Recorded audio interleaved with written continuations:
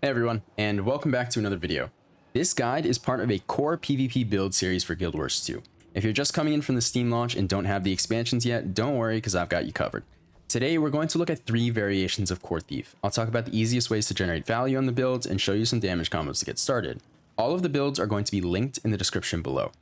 Now the first Core Thief build utilizes the Dagger Pistol weapon set. You can run this with the Deadly Arts or Critical Strike trait lines. In Deadly Arts, most people run Mug, Panic Strike, and Improvisation. This adds the most utility to your build. However, if you want to end fights quicker, go Dagger Training, Reveal Training, and Executioner. I prefer this setup. You'll be able to kill people much faster. It adds thousands of damage to your combos. For example, if you Heartseeker someone when they're under 25% HP, it'll likely hit them for around 8,000 damage, which generally speaking is about half of their health. So you'll just one-shot them if it crits. This is a great setup here. Now you can also go Critical Strikes instead of Deadly Arts. This trait line benefits your Shortbow more. This is the trait setup I would run. You could also go Signets of Power if you want reduced cooldowns on your Signet if you're running one. However, Twin Fangs adds the most damage to your build otherwise. Now, as for your Shadow Arch trait line, you can run Shadow's Embrace or Hidden Thief here. Shadow's Embrace is amazing. Overall, it's very consistent. It'll give you a lot of Condi clear, great trait. If you're up against a full power enemy team, like a full physical damage enemy team, go Hidden Thief. This skill is nice for the blind and the weakness. Now, as for your massive traits, I prefer Cloaked in Shadows. This is amazing because when you stealth near someone, they're blinded, so they can't counter pressure you. However, if you want to just lower people's resustain, you can go Leeching Venoms as well, although this is my preference. Now, as for the GM trait, Shadow's Rejuvenation, by far the strongest Grandmaster trait. However, you can go Rending Shade if you want the extra boon rip and the fear if you hit someone with no boons. I prefer Shadow's Rejuvenation. Now, as for your utility options, Hide in Shadows, Shadow Step, and Blinding Powder stays on your bar at all times. Assassin Signet is great for a damage increase. You take Infiltrator Signet if you want a huge gap closer. And you go Signet of Agility if you want extra condition clear, and it gives you extra endurance as well, like about half a dodge back. So this is very effective. You have 2 other utility options for your last slot. You can go Smokescreen, although it's still very strong, but the cooldown's quite long, so I probably would lean towards some of the other options. However, you also have Shadow Portal. Now, Shadow Portal is insane. This is one of the strongest utilities in the game. You basically, how you use it, you want to drop it at a node that an enemy controls, and then you just leave. And then you go outnumber elsewhere, and then whoever was watching this node for the enemy team, once they leave and come to the same fight you're at, you activate it and you teleport back. Now the range on the teleport is insanely far, so you can literally be at 2 places in the map at the same time with this. It's amazing for generating value, although if you want to kill people quicker, Assassin Signet is a low cooldown way to just quickly generate downs. Now as for your elite option, you can go Basilisk Venom or Dagger Storm. Basilisk Venom is a great way to generate kills quickly in a gank. So if you're outnumbering someone, how you want to use this is, let's say I'm stealthing off node, I stacked stealth. Now pretend this person is 1v1ing someone. I walk up, I cast Basi Venom, it shares the venom with my teammate. So when my teammate hits them, it'll stun them. And when the enemy stun breaks, then you hit them and then you stun them again. So it basically immediately neutralizes one of the enemy's stun breaks, and it's very effective for killing people. Now go Dagger Storm if you're up against heavy projectiles or you just want the extra evade. Aside from that, I pretty much always go Basilisk Venom. Okay, now let's go over some damage combos for Dagger Pistol Core Thief. The easiest and most straightforward combo you need to learn at the start when you're playing this is Black Powder Heartseeker. Steal at the very end of the Heartseeker animation, because if you steal too soon, you'll reveal yourself with the Heartseeker and you won't be able to backstab afterwards. So how you want to do this is Black Powder, Heartseeker, steal, move behind them, and then backstab. And if they're low HP, then you Heartseeker them again, and if it crits, you pretty much kill them. It's really, really nice. You can also pop Assassin Signet before you do the combo if you want an extra power increase. Otherwise, you can just leave the passive power increase on yourself at all times. It's 180 power, or you can activate and get 540 power. So it's up to you. If you think you need the extra damage, you can activate it. You can also pop Basi Venom before the combo as well. Now, you can also Shadow Shot to close distance into auto attacks. So this is very effective. You Shadow Shot, you can auto attack here. And then when they strip the blind on themselves, you're probably going to want to blind them again with like a Black Powder. Then you can Heartseeker and go for a backstab. Basically, you want to trade damage when the enemy is blinded. You don't want to trade damage when they're not blinded because you're going to lose the trade. You're very squishy on Thief. And then If you want to generate downs very consistently and you have like, let's say low ping and good reaction time, you're going to want to use your steal and your headshot to interrupt people's healing skills. Now, healing skills are how people resustain themselves. Most of them have a blue glow around the character when they're casting them. So as you can see here, I cast Hide in Shadows. You see this blue glow around my character. When you see that blue glow, you need to train yourself to instinctively interrupt it. So you can use headshot here or steal. Those are both reactive interrupts so that you can catch someone's heal. And if you're able to do that consistently, you'll get a lot of kills with them. Now, as for play style, it's actually very, very easy to rotate and get a lot of value as a thief in general. However, it's even easier on dagger pistol weapon sets because you can stealth and stack it up really high and move around the map completely invisible. So the enemies won't know where you are.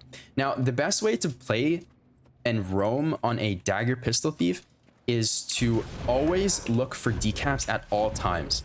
That should be your main focus, is to neutralize enemy controlled capture nodes. And when you're not neutralizing an enemy capture node, you need to be looking to outnumber a fight somewhere on the map.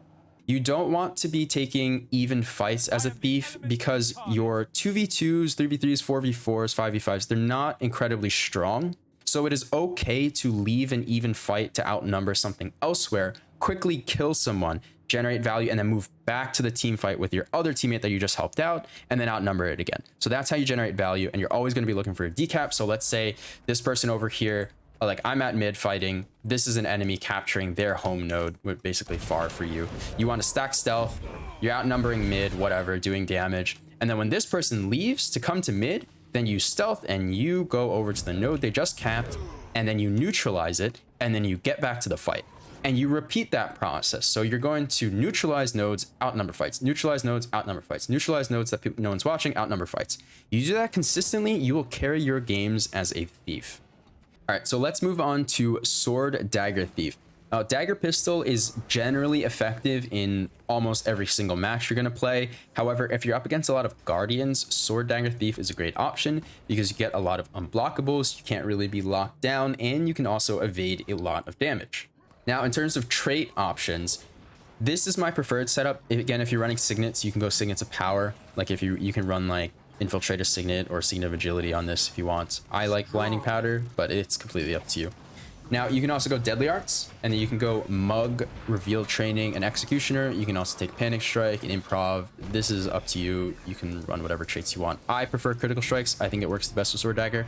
Adds the most damage. It also buffs your shortbow damage by quite a lot. Now, as for your acro traits, Vigorous Recovery is the most consistent trait in the adept line. Pain Response is nice if you want the Condi clear. However, it has a 60-second internal cooldown, so you don't want to rely on it too heavily. This just Vigorous Recovery just gives you an extra endurance regen. It's very beneficial. Now, Swindler's Equilibrium is by far the best master trait for Sword Dagger Thief. However, if you really want the extra Condi clear, you can go Guarded Initiation. I prefer Swindler's Equilibrium. Adds a lot of damage, and it reduces the cooldown of your steal, so it's amazing value for the build. Now, as for the GM traits, all of them are good. Assassin's Ward gives you the most healing. Upper Hand gives you extra regen and initiative. And Don't Stop is my preference here because it makes you almost entirely immune to movement impairing conditions. When you have swiftness on you, movement impairing conditions durations get reduced by 80%, so Immobilize, Cripple, Chill won't really affect you. And when you gain swiftness, you remove these conditions. So with this trait, you can rarely be locked down by these Condis, and then you're also running 4 stun breaks on the build, so people can't really lock you down with hard crowd control as well. In general, this build does a lot of damage, it strips a lot of boons, has a lot of unblockable damage, and it's very difficult to kill if they're playing well. Now, damage combos in this are pretty straightforward. You're going to want to use your Sword 2 from like behind a wall. So let's say this is my target here and I'm behind a wall. You can just use this teleport to them, and when they want to deal damage to you, you can teleport back.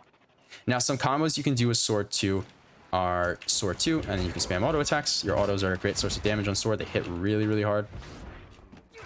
You can also Sword 2, which immobilizes them for 1 second, and then Cloak and Dagger, and then move behind them, and then use your stealth attack. So it looks like this. Sword 2, and then Cloak and Dagger, and then land your stealth attack. And this will daze them if you hit them from behind, which is really nice. It'll interrupt any skills they're casting. You can also use Flanking Strike, which evades, so you can actively evade attacks with that, into Larcenous Strike. Larcenous Strike hits insanely hard. It's about 6,000 damage on a crit with crit strikes. If you want to spam evade on this, you can literally just Flanking Strike multiple times. Just be aware that you will drain all of your initiative doing that. So you don't have to spam it, you can just time it really well. But when you connect with the flanking strike, then it switches over to Larcenous Strike, which will deal damage and strip boons. For your elite skill, Dagger Storm and Bassy Venom, they're both good. You run Bassy Venom if you want to kill people quicker, although if you want to be really annoying and evade more, then you can go Dagger Storm. It's 3-second evade during the channel. It's very, very strong. Now, if you need to cleave down bodies and you don't have Shortbow available to you, Dancing Daggers is great as well. It works the same as a Shortbow auto attack, where you want to target the down body and just spam the heck out of Dancing Daggers if someone's rezzing them, because Dancing Dagger will hit the down body, bounce to the person rezzing, and then hit the down body again. So you get a lot of value out of spamming this if you're trying to cleave. All right, so before we move on to the damage over time condition builds, let me talk about Shortbow. Now, these Shortbow tips are going to be very helpful for both the Dagger Pistol and Sword Dagger variants of Core Thief. Now, the most damage you have on Shortbow is your cluster bombs. You can either detonate it or not detonate it. Not detonating it still hits very hard. It hits for about 4.6k, 4.7k damage, depending on your buffs. It's a great skill. You don't want to detonate it if someone's hugging a wall behind line of sight or if they're above you on a platform. If you don't detonate it, the AoE will hit them behind. Now, if you want a little bit of extra damage at the cost of like one more initiative, you can detonate the cluster bomb. Now, this is nice if you want to hit a wider area, or if like you send the cluster bomb really far away and you want to detonate it earlier so that it actually like connects with your target. You just tap it again. It does a little bit of extra damage, costs a little bit of extra initiative. If they're behind line of sight, you don't want to detonate it. Now, disabling shot, instant evade, very nice for evading damage.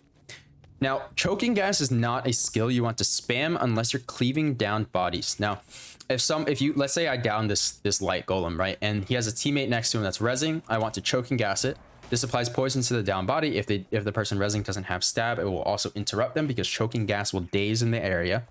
And then you want to target the down body and Shortbow auto attack.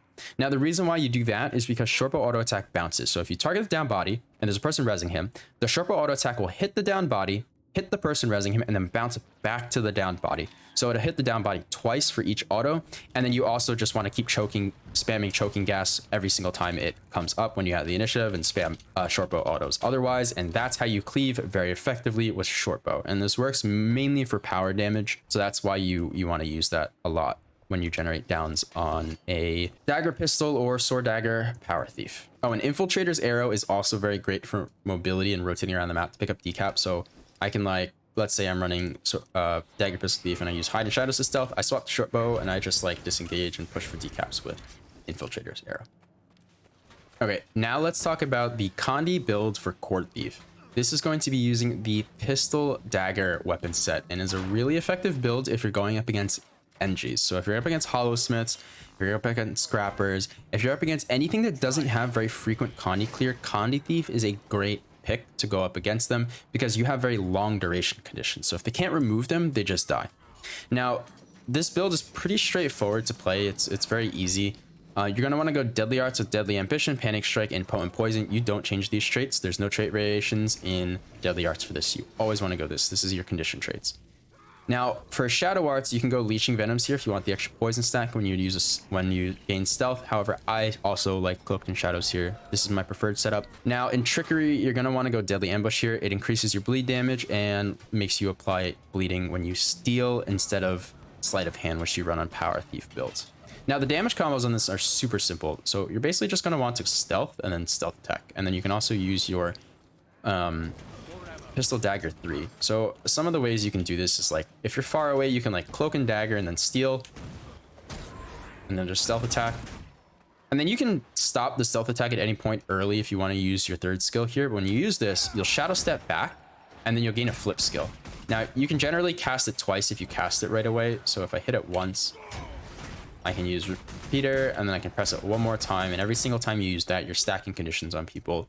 It's really nice. It's very good, consistent damage. And the power damage is not bad because you're also on Carry and Amulet, so your power stat's fine. Now, you can also use Pistol 2 to set up combos because there's a range immobilize. So you can immobilize someone first, precast Pistol Dagger 3, and then steal onto them. So you immobilize, Pistol Dagger 3, and then you teleport back while they're immobilized. This guarantees your Repeater proc, which is really nice. You can also use that as a setup for your Cloak and Dagger, so you can immobilize either Cloak and Dagger and steal, or just walk up to them while they're immobilized and Cloak and Dagger, and then go for your self attack, and then you can go for your Pistol Dagger 3. Now, for Thousand Needles and Bassi Venom, you want to just drop the Thousand Needles directly in the center of the node, and then when it's up, then you just press it again. It's very, very strong condition presser. It's probably one of the strongest utilities in the game right now for killing people. And yeah, that's pretty much it. You can also pop Bassi Venom as well if you want to immobilize and stun someone instantly with no animation. So that's a pretty good combo. All right, so for your utility options, you want to keep Hide and Shadow, Shadow Step, and Blinding Powder in your bar. For your last utility, you can go Thousand Needles, you can go Shadow Trap, you can go Spider Venom or Devourer's Venom if you want. You can also go Infiltrator Signet. Roll for Initiative is another choice. Or Shadow Refuge. Now, for example, for this, I'll demonstrate how to use Shadow Refuge with Thieves Guild. Thieves Guild is another option. You can also go Bassi Venom or Dagger Storm. For Condi Thief, all the elite options are pretty solid.